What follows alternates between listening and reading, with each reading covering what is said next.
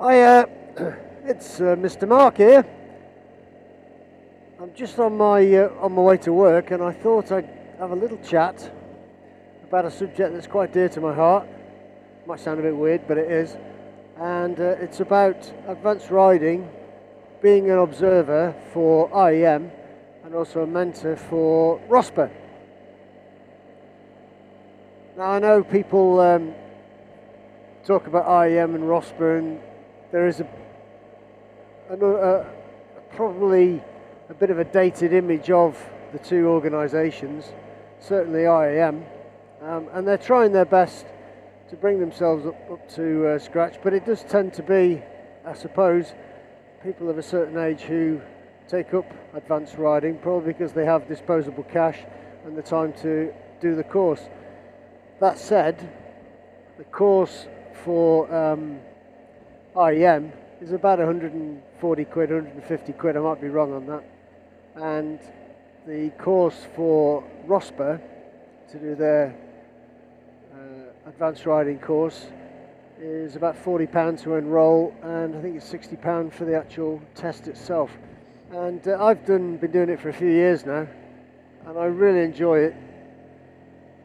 But the thing I like most about the advanced riding side, I like the technical side of advanced riding, and I know people complain, say, oh, you know, it's not about, you're not riding fast enough and all the rest of it. Well, to be honest, speed doesn't excite me as much as it does other people. I understand the need for people to ride fast. What does excite me is teaching people to ride safely. Now, as an observer, it's my job not to teach, because that's not a term they use. It's to encourage people to ride in a more safe fashion, but being progressive while you do it. And I get quite a buzz out of that, I've got to be honest. Toby and I are both advanced riders, and it is quite something to get somebody trained up to a level where you can put them through for their test, and they pass their test, and at the end of it, you know, big beaming smiles, because it is an achievement. I mean, it's not an easy thing to do, don't get me wrong. It's, you know, you're putting yourself out there to be criticised in your riding, and also to ride in a fashion that, you know, after many years you probably haven't ridden in a disciplined fashion, if you want, similar to having passed your driving test, for a long time. So it is quite a bit of a head shrink for some people. And that said, I've had associates, which are what they're called when they join the system, and you're as an observer, you're given an associate.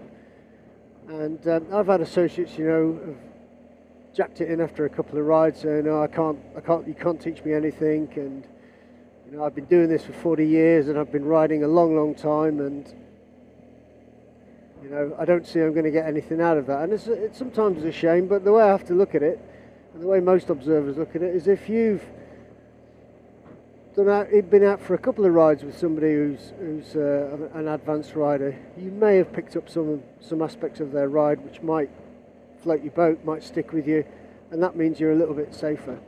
There are some misconceptions between RoSPA and IAM, and there shouldn't really be. If you talk to some people, they say IAM is all about making progress, which it is, and RoSPA is a little bit more relaxed, which it isn't necessarily. It's exactly the same system they're using. It's a system that's been put in place by various police forces all around the UK. And when we talk about progress, we're not actually asking people to ride ridiculously fast. We're expecting people to ride within the speed limits, or at the speed limit, as long as it's safe to do so. And RoSPA is no different to that. The doctrine is exactly the same. And I think there is a misconception between the IAM side and the RoSPA side as to how this is done. And that's a shame, really, because they're both amazing organisations, both charities, and get all their money from donations, and I'm not sure if the RoSPA get a little bit of government funding, but it's a shame, really, that these charities have to exist. You know, why can't the motorcycle test be more comprehensive and teach things that would be valuable to a bike rider rather than just teaching them stuff to pass the test. And it's quite bizarre that if you look at the way testing is done at the moment, with all the different types of tests that a motorcyclist has to go through, for the final test if you want to ride a bigger sized motorbike, the tester goes out and he's out for at least an hour and 15, an hour and 20 minutes, something like that. Now this is probably, in a lot of cases, for somebody who already has a driving licence. Yet you get somebody who goes out for a car test at the age of 17 and a half or 17, whatever it is, and their test to be legal on the road and now on motorways is only 35 minutes long. And I speak to driving instructors and they say, yeah, 35 minutes is about the right time. If it's 38 minutes, they've failed. If it's any early, if they've passed with some issues. If it's less than 35, they've failed. And I think to myself, that's outrageous. You know, we've got people now who can drive, technically get in a Ferrari and drive as fast as they want, you know, legally or illegally, after only a 35-minute test. You get a motorcyclist, however many years they've been riding, and I do agree with the way it's progressive testing now, but for people who've have granddad rights and can do the direct access course and ride big bikes, you know, they've already been riding for a long, long time. Anyway, get off your horse, go high horse, Mark. Let's talk about observing. So the way it works is, you sign up as an associate to either RoSPA or IAM, and depending where you are in the country, that then gives you a year's membership of RoSPA or IAM, and also a year's membership to the nearest RoSPA or IAM group to where you live. Because I hadn't mentioned it, IAM is the Institute of Advanced Motorists, and each RoSPA and IAM both have car sections, so they do train other vehicles, and in fact they also train heavy goods vehicles as well now, but not so much. So once you paid your fee, you get given membership into these organisations, and within a very short period, we're talking, you know, 24, 48 hours sometimes, somebody from your local group should contact you just to let you know you've been accepted, and they will also pass on the name of, in the case of the IAM, it's an observer. In the case of RoSPA, it's a mentor. It's exactly the same job. And then that person will contact you in the near future. Obviously, everyone has a life, everyone's very busy, and so an arrangement is made between the two of you when you can meet up. Now, in the meantime, both organisations will send you various documentation, and it's at this point you need to buy yourself a highway code and have a look through it, because most of us haven't read a highway code since we took our last driving test, be it motorcycle, truck or car, which may be a long, long time ago. And then your paperwork will arrive. Now with IAM you get a big folder with competencies all documented, and you have to sign them off, and you get a declaration form which you also sign off to say that you're insured, you understand the course, etc. And this takes the onus off the observer then from having to check your MOT and your insurance and, you know, all that malarkey. You're signing a piece of paper to say you're good to go. And likewise with RoSPA, it's a similar sort of thing. Now if I just stay with IAM at the moment, it's very, very similar with RoSPA. If I just stay with IAM, it makes it easier to explain rather than have to keep jumping between the two codes. But with IAM you'll get an observer who will arrange to do an assessed ride. You meet at a mutually agreeable point in time, bearing in mind that everyone has busy lifestyles now, and it's important to actually get this first meeting right. As an observer, you've got to try and very quickly understand what it is your associate actually requires. People do their advanced tests for different reasons. I've had people who, when you've spoken to them, the reason they're doing their advanced test is because, and I quote, "If I didn't do it, I'd kill myself," unquote. And also, I quote again, "I need to be able to ride faster," unquote. And I also quote again, "I need to ride safer." unquote. Now, the 3 reasons for joining are all excellent reasons, if not the middle one, the speed one. But you will find that your riding perhaps does increase the speed at which you ride at. Not dangerously, because we always work within the speed limits. But the introduction is very important. You have to introduce yourself to the associate so they understand where you are coming from. As an observer, you know, they may look at you as some kind of riding god, which you're not. You're just a bloke who's managed to pass a couple of tests and is willing to take the time to pass on that information that you've gained to them so that they can improve their riding. And also in the discussion, you, as an observer, I need to find out, you know, how much this guy actually rides, because people, best will in the world, embellish a little bit. You know, I've had people say, oh yeah, I ride loads, you know, I ride probably in excess of 30,000 miles a year. I know some people don't ride 300 miles a year. So it's my job as an observer to get that information out of them, to understand where they are on the scale of riding and what their abilities are. You know, some people jump straight in and say, yeah, I do track days all the time, I'm this and I'm that, and I'm in this club. And then you get other guys who say, I just use my bike for commuting and I'm just feeling unsafe riding, and you know, everything, all aspects of that side of things. And also I need to know what they know about their bike, because as well as understanding and teaching someone how to ride a bike in a particular fashion, I need to try and get them to understand their capabilities of their bike, what they should be doing, how, you know, basic maintenance really, without actually showing them how to do stuff, but you know, explaining what, you know, why it's important to get your bike serviced, explaining why it's important to have a certain amount of tread on your tyres, because a lot of people don't understand this. And as a tour guide, I've had people turn up on tours about to do, you know, a 3,500 mile trip on tyres that would barely do 3 miles. You know, you can actually see the thread of the tread through the tyre, and you're thinking, my God, you know, how do you manage to get this far? So everyone has a different reason, everyone has a different style, and everyone has different backgrounds. And it's my job on the assessed ride to actually try and work this out, to see where we need to come. I mean, some people, you know, due to their history of what they've done in other parts of their life, you know, might not need many lessons. Other people might have just jumped straight on a bike after a direct access course and feel they need to start from scratch again. And it doesn't matter what they are, we can always help them. So the assessed ride basically works by introductions, both me and the associate, working out reasons why, and all as I've explained. And then I have to explain to them why we do an assessed ride, because I need to know what style they ride in.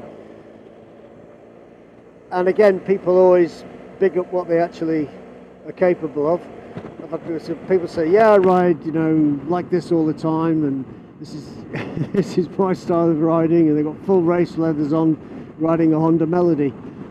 That's not to say you can't wear full race leathers when you're riding a Honda Melody, but I think you understand what I'm trying to get at.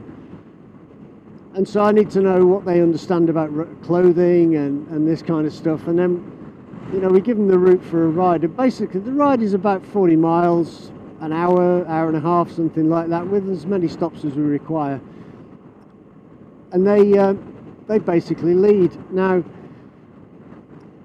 as an observer, all you're after looking at is to see how they would ride. And it's really hard if you've signed up for this course, and then you've suddenly got this bloke who calls himself an observer behind you. You've never met him before, and you know that he's monitoring how you ride. So I try to impress on people. I just like them to ride honestly. You know, if you ride at 70 miles an hour in a 30 mile an hour zone, do so. You know, I won't be behind you. Well, I will be, but I won't be doing 70 miles an hour.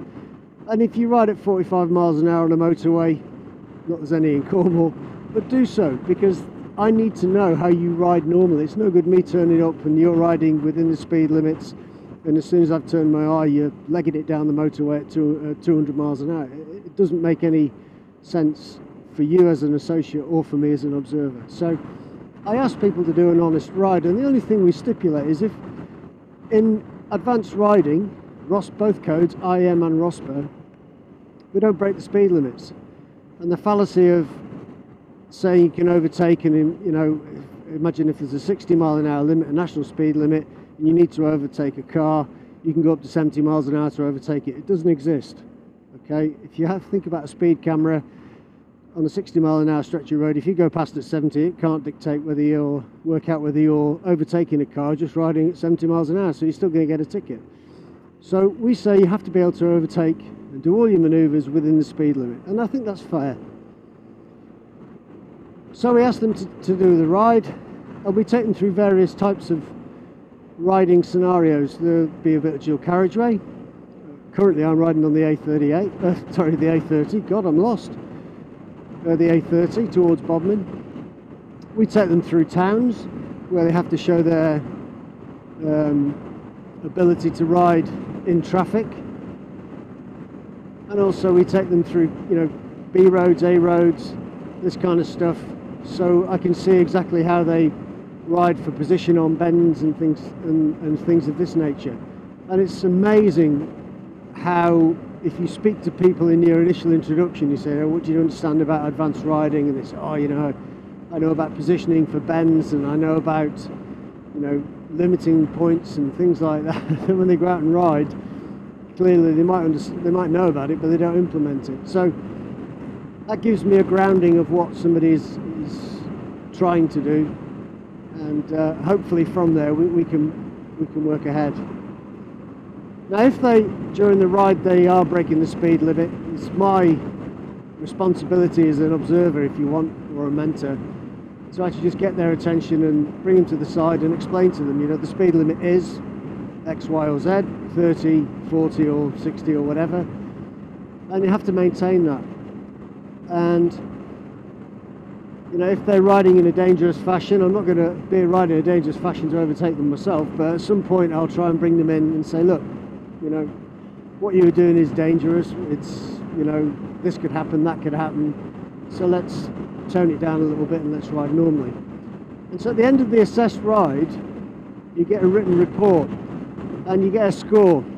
I say it's a score. Each list a capability, and there's a long list of capabilities on the score sheet, are listed as 1, 2 or 3. Now if you get a 1, it means you don't need any training, you're doing that as a natural way of riding. If you get a 2, it means, you know, you're doing it sometimes, whatever it might be, observations, you know, lifesavers.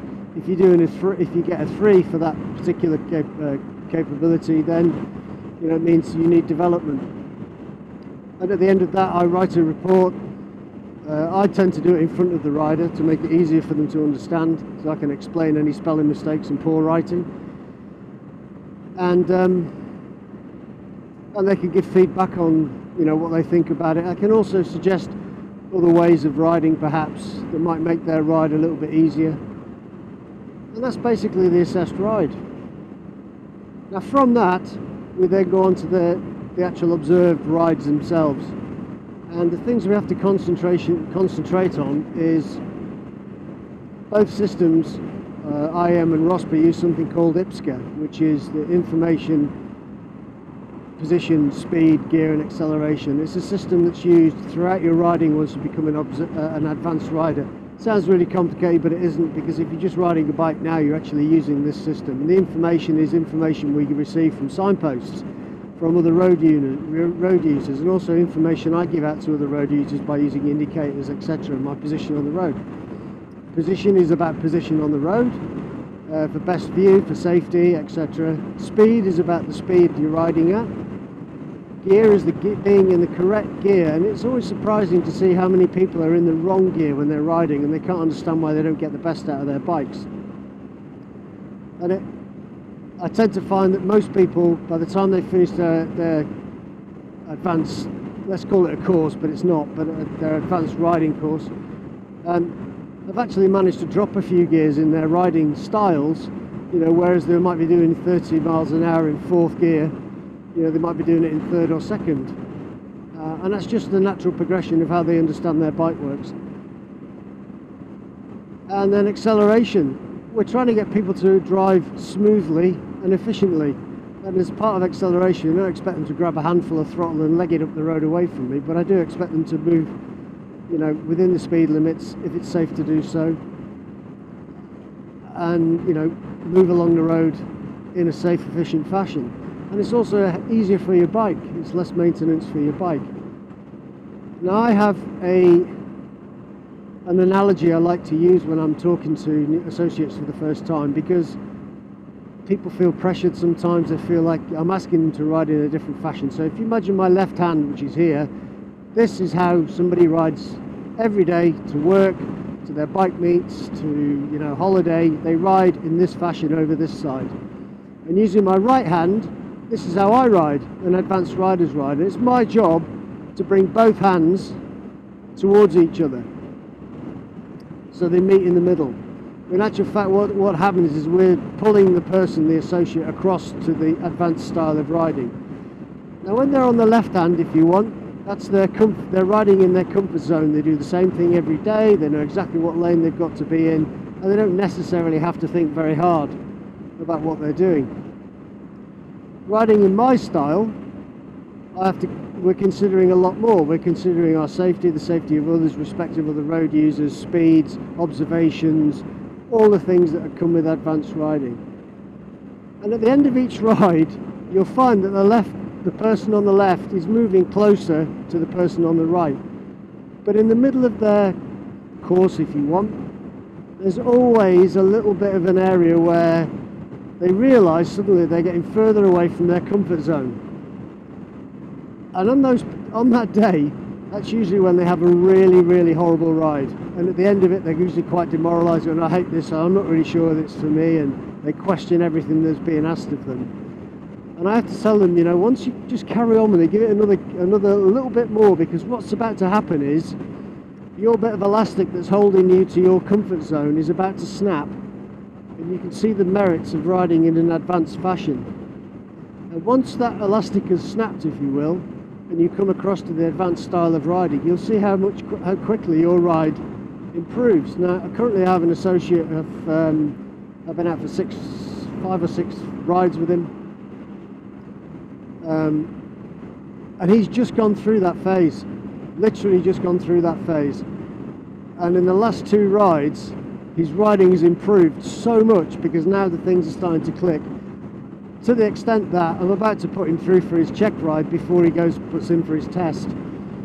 And that's how it happens. And he openly said to me a few days ago, you know, that I never thought I'd be able to do this. When I first started riding, I was concerned about everybody trying to kill me, you know, the people coming out of side roads.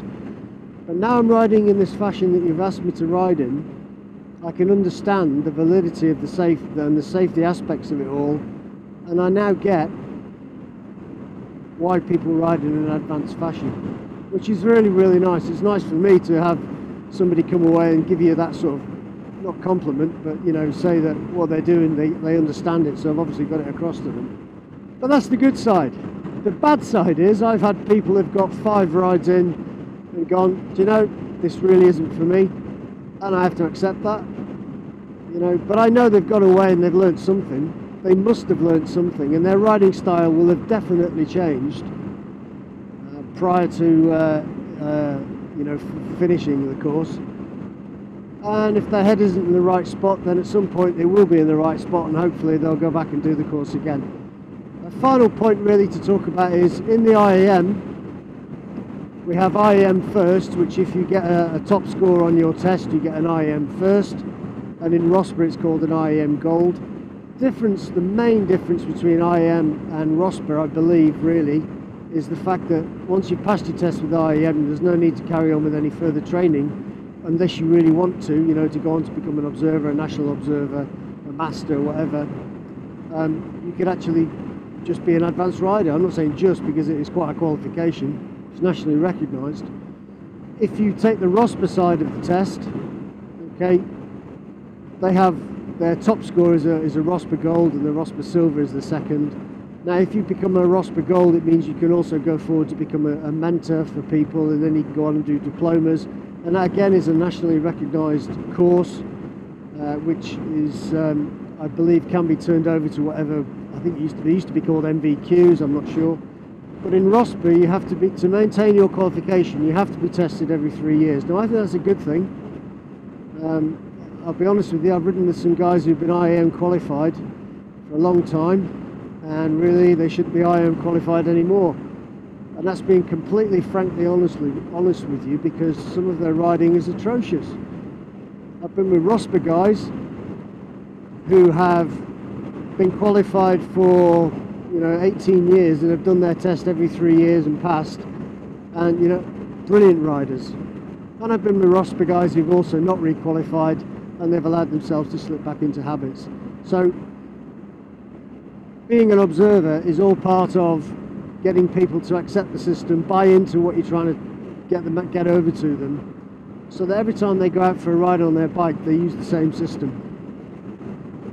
And that will keep them a lot safer. Obviously, you can't legislate for idiots on the road, but you could certainly drive in a defensive fashion, in an advanced style, efficiently, smoothly, and within the speed limits, very safely. And that's what I get a big buzz out of doing this for. At the end of it, when somebody phones you up and say, I've just passed, that's amazing. Now, the people who pass them are usually either retired or serving policemen. They've got years of experience riding motorbikes, and there's not much, they've forgotten more than I've learned in 20 years of biking. And these are the guys that give you the qualification, so they know all the ins and outs, they know what you're doing, and they're very, very good.